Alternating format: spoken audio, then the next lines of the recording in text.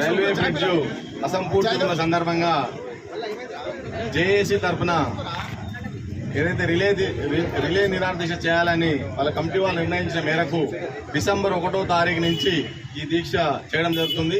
అందులో భాగంగా గట్కేసర్ ముస్లిం సోదరులు ఈరోజు 6వ రోజు అయినటువంటి ఈ రిలే నిరాదీక్షలో ముస్లిం సోదరులు ఐక్యంగా వచ్చి ఈ బ్రిడ్జి ఎంబడే పూర్తి చేయాలని చెప్పి అందుకు మా వంతు మద్దతుగా మేము కూడా ఒకరోజు దీక్షలో కూర్చుంటామని వచ్చినందుకు చాలా సంతోషం.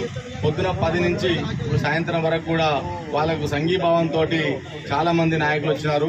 బండారు సీనన్న, సారా సీను, రామరెడ్డి గారు వచ్చి వెళ్ళినట్టు, వైద్యులు మాధవరెడ్డి గారు వచ్చారు, కౌన్సిలర్లు, వివిధ పార్టీ నాయకులు అందరూ పెద్ద ఎత్తున వచ్చి ఈ ముస్లిం సోదరులు ఏదైతే దీక్షలో కూర్చున్నారో వాళ్ళకు సంఘీభావం తెలపడం జరిగింది.